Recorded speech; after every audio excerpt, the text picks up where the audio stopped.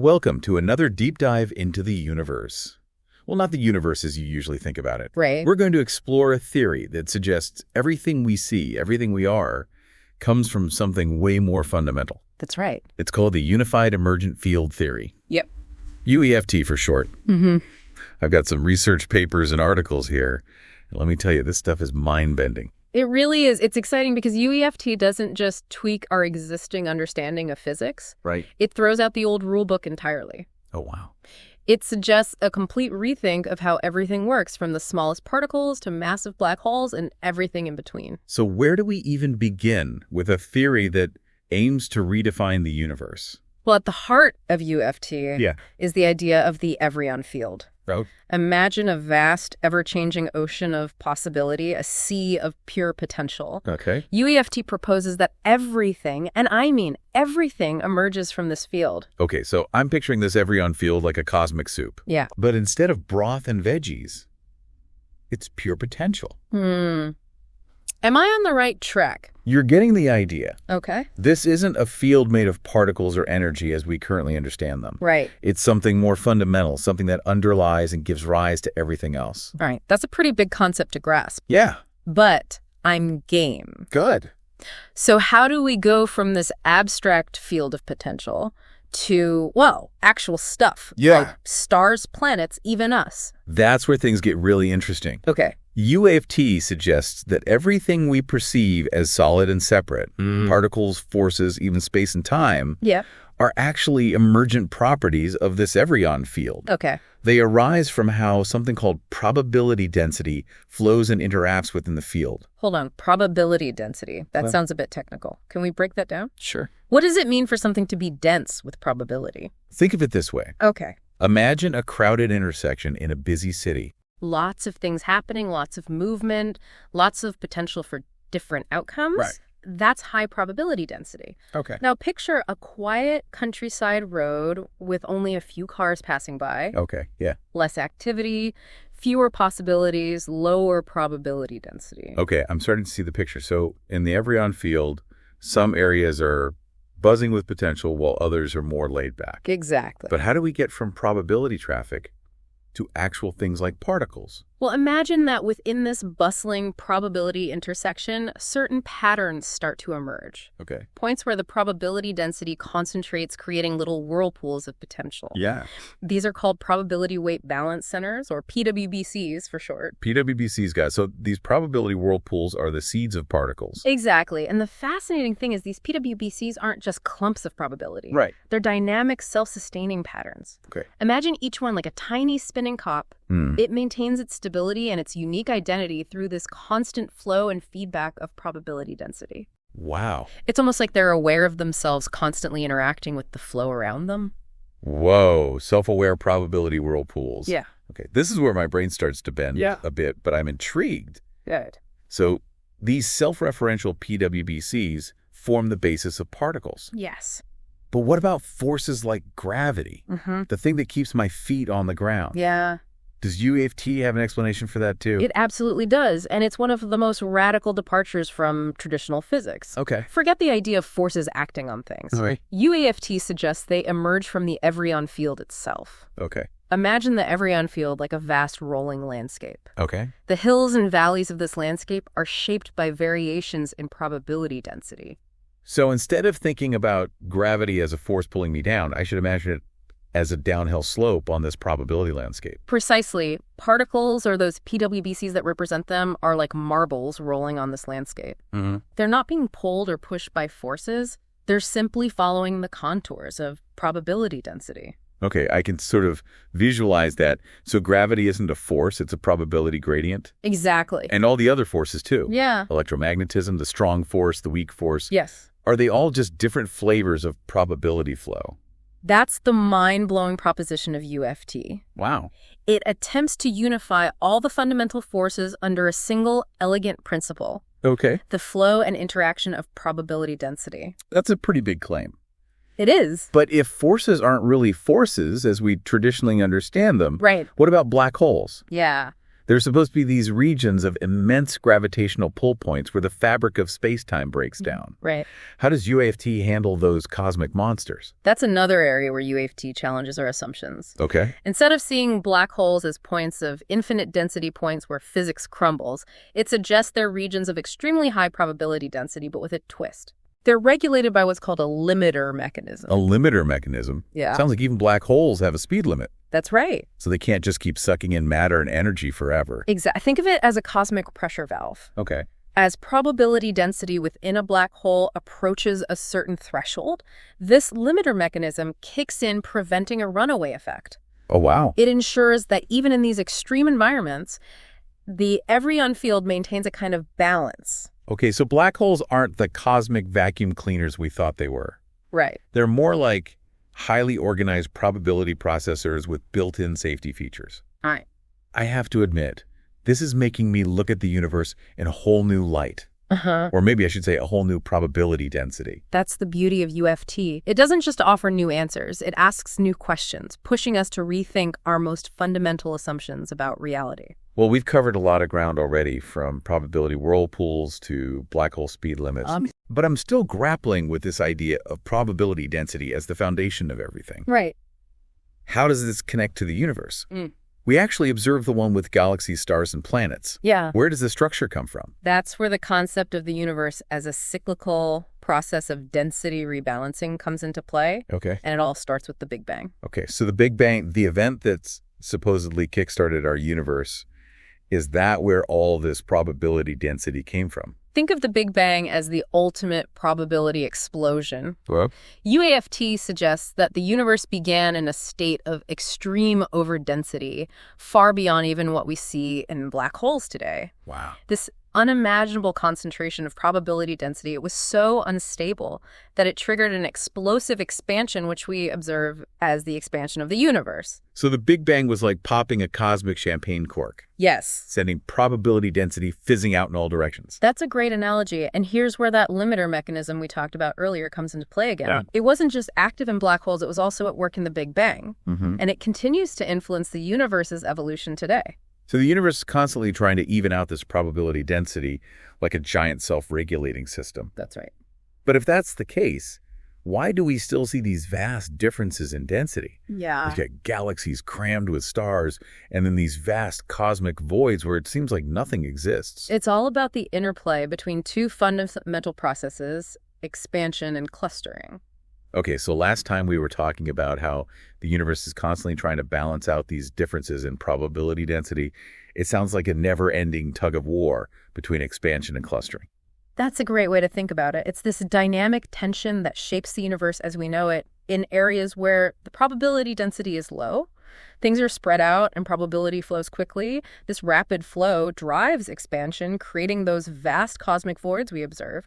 But in areas of high density where probability flow slows down, things start to clump together. So it's like the universe is playing a cosmic game of fast forward and slow motion, all based on this flow of probability density. That's a fantastic way to visualize it. And it's this interplay between fast-flowing low-density regions and slow-flowing high-density regions that gives rise to the structures we see: galaxies, stars, planets, even us. Okay, so that explains the big picture, but I'm still curious about the details we were talking about, those probability weight balance centers, or PWCs last time, those probability whirlpools that form the basis of particles.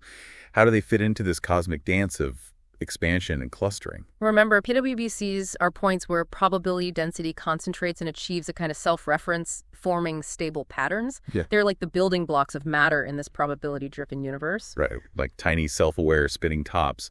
But how do they interact with each other if everything is just probability density flowing around? Why don't things just blend together?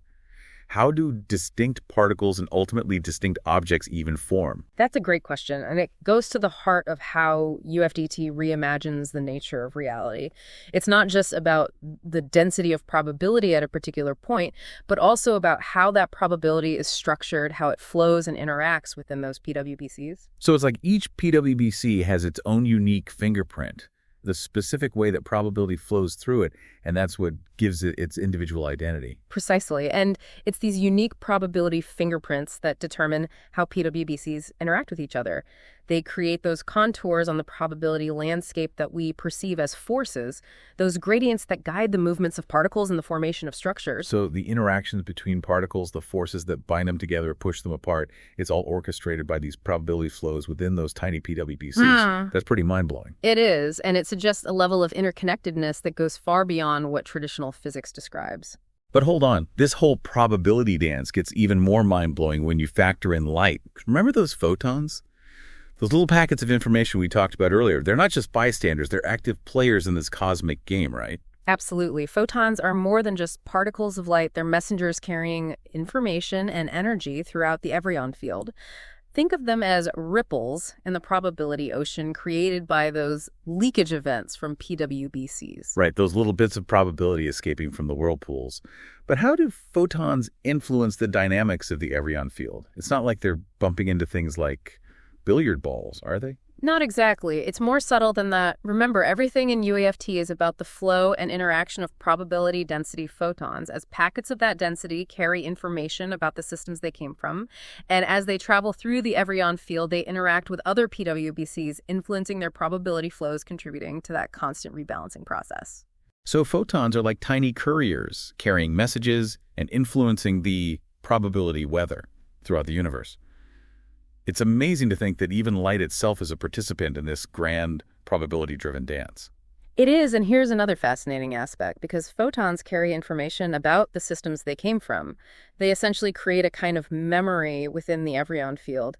This means that the past isn't truly lost, it's encoded within the probability density itself. Wait, are you saying the Everyon field remembers everything that's ever happened, like some kind of cosmic library? Could we theoretically access that information? That's where things get really speculative. UFT doesn't provide a clear answer to that question, but it does suggest that information is never truly lost. It just changes form. So perhaps with a deep enough understanding of the Everyon field, we could unlock those cosmic memories. But that's a story for another deep dive. It's definitely a topic for another time. But for now, I want to stick with this idea of information being encoded in the Everyon field. It connects to something we briefly touched on last time. Emergent time, if time isn't a fundamental dimension, but rather a product of probability processing. What does that mean for our experience of time? Why does it feel like a one-way street, always moving from past to present to future?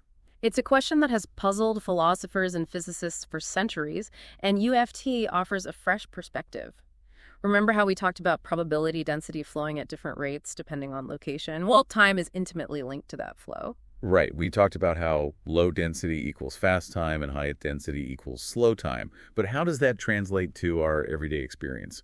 Why does time feel linear to us? Think of it like a movie in parts of the universe where things are spread out. The movie is playing at fast forward time, is zipping by, but in denser areas where things are clumped together, it's like slow motion time crawls along. Okay, I can visualize that, but where do WE fit into this cosmic movie? Our brains, those incredible information processors, are operating within a relatively high-density region of the Everyon field.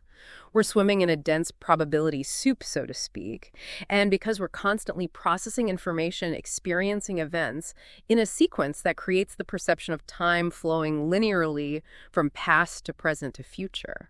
So our experience of time is shaped by the local probability weather in our corner of the universe. Exactly. And this isn't just a theoretical concept. It's backed up by observations. Remember Einstein's theory of relativity? One of its predictions is that time actually slows down near massive objects where gravity is stronger. Right, time dilation. So clocks run slower on the surface of Earth than they do in orbit. But how does UFT explain that? Time dilation is one of the most profound validations of this idea that time is linked to probability processing near massive objects like black holes. The probability density is incredibly high, and those high densities slow down probability processing just like they slow down time. Well, wait a minute. So you're telling me time isn't a constant thing, that it speeds up and slows down depending on where you are in the universe. I'm going to need a minute to wrap my head around that. It's like realizing the ground beneath you isn't actually solid. It's a paradigm shift for sure, but it's a shift that's supported by both theoretical insights and experimental evidence, and it has profound implications for how we understand the universe and our place within it. Okay, so we've got this Everyon field, this constantly shifting landscape of probability density, where time can speed up or slow down depending on your location. Pretty wild picture. But what about dark matter? Scientists have been puzzling over that one for decades. Does UEFT offer any insights into this mysterious stuff that seems to hold galaxies together? It does, and it's one of the most exciting aspects of the theory. UEFT suggests that dark matter might not be a mysterious, invisible particle after all. Instead, it could be an effect arising from those stability gradients we talked about earlier, those boundaries between rapidly expanding low-density regions and slowly clustering high-density regions. So instead of some exotic, undiscovered particle, dark matter is just another expression of probability density doing its thing. Exactly. It's not about adding new ingredients to the cosmic recipe, but about understanding how the fundamental ingredient probability density shapes everything we observe. Remember those contours on the probability landscape. Well, those stability gradients, those boundaries between high and low density, create particularly pronounced contours, and these contours create the gravitational effects we attribute to dark matter. So dark matter isn't matter at all. It's more like a probability boundary zone. Precisely. It's a zone where the probability flow transitions from fast to slow, from expansion to clustering, and it's this transition zone that creates the gravitational effects we've been attributing to dark matter. Okay, so dark matter isn't some exotic particle lurking in the shadows. It's just probability density playing a cosmic game of tug of war. I have to admit, that's a much more elegant explanation than some of the things I've heard. Elegance is definitely one of the hallmarks of UFT. It seeks to explain a vast range of phenomena with a single unifying principle, the flow and interaction of probability density. It's definitely a compelling idea. But I have to ask, if the universe is constantly trying to balance out these probability density differences, why hasn't it reached equilibrium yet? Why do we still see these vast differences between galaxies and voids between high-density and low-density regions? That's a question that gets to the heart of cosmic evolution. The universe isn't static. It's dynamic, constantly evolving, constantly seeking balance, but never quite achieving it. And this brings us to one of the most mind-blowing aspects of UFT. The cyclical nature of the universe. Remember how we talked about the Big Bang as the ultimate probability explosion? Yeah, the cosmic champagne cork popping. But you're not suggesting that it happens more than once, are you? UFT proposes that the Big Bang wasn't a one-time event, it was just the beginning of the current cycle. The universe, according to this theory, isn't just expanding, it's breathing. Breathing, so it's like a cosmic inhale and exhale. Exactly. Starting from that initial state of extreme overdensity, the Everyon field undergoes cycles of expansion and contraction driven by the flow of probability. It's like a giant heart beating a cosmic rhythm that's been going on for eons. Hold on, are you saying the universe has multiple lives?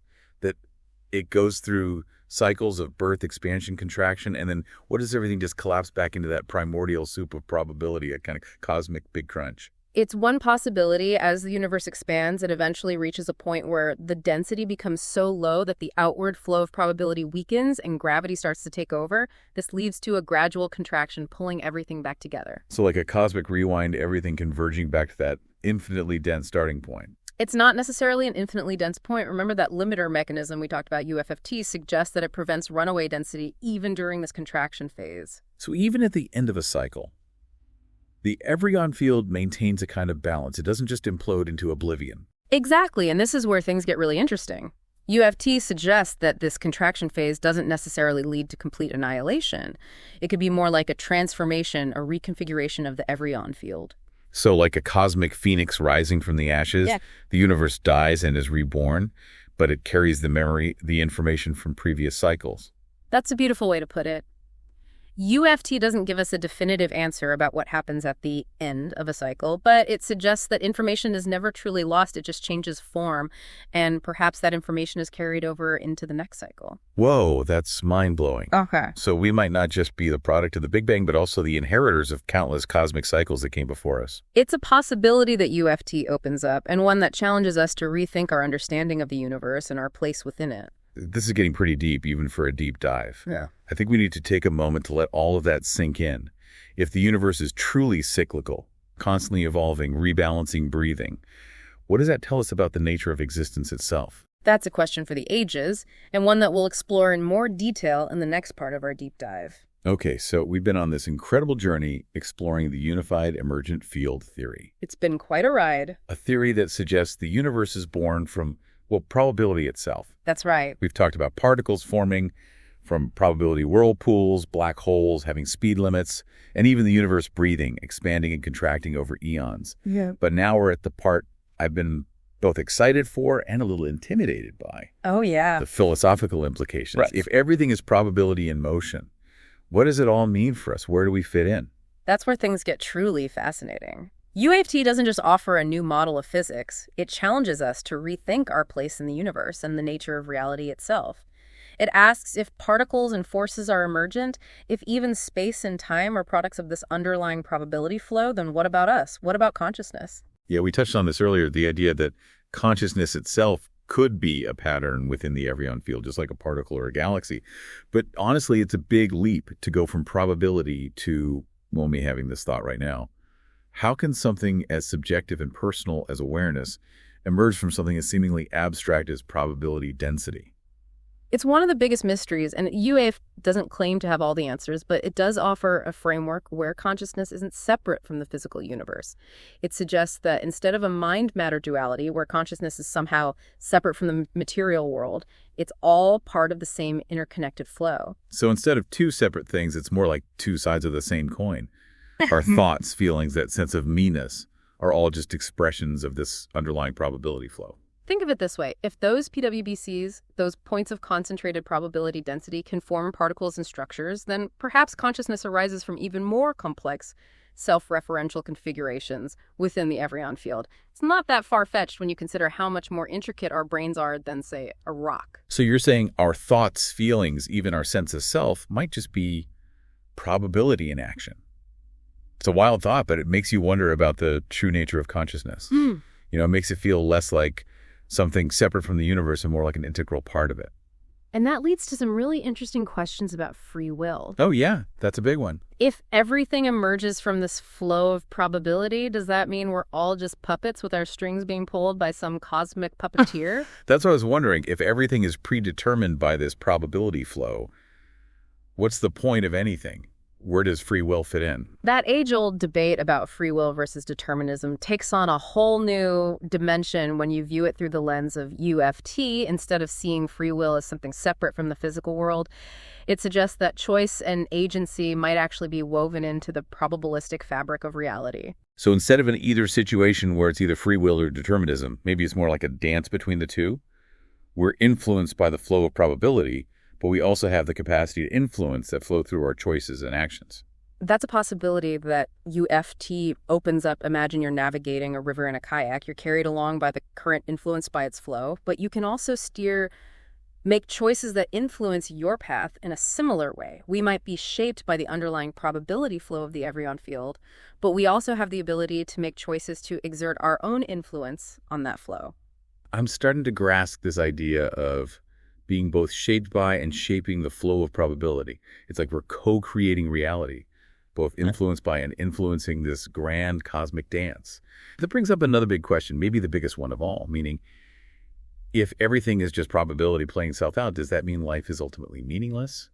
What's the point of anything if we're all just temporary patterns in this grand cosmic dance of probability? That's a question that each of us grapples with, but UFT offers a perspective that I find both humbling and inspiring. It suggests that meaning isn't something imposed from outside. It's something we create through our participation in the universe.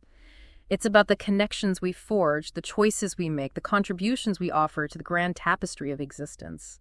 So meaning isn't something we find, it's something we create. It's not about discovering some preordained purpose, but about living authentically engaging with the world and contributing to its richness and complexity. Exactly. And when we see ourselves as part of this interconnected web, part of this grand self-referential process, it gives a new depth and meaning to our existence. It's like we're all notes in a cosmic symphony, each playing our part, contributing to a melody that's far greater than any individual note. And the beauty lies not just in the individual notes, but in how they harmonize, how they create something larger than themselves. That's a beautiful analogy, and it highlights the importance of relationships, of connection, of recognizing that we're not isolated entities, but threads in this grand, ever-evolving tapestry. That's where meaning truly resides. Wow, we've covered so much ground in this deep dive. We started with probability whirlpools and ended up contemplating the meaning of life. This unified emergent field theory really pushes you to think differently about everything. It's definitely a mind-stretching experience.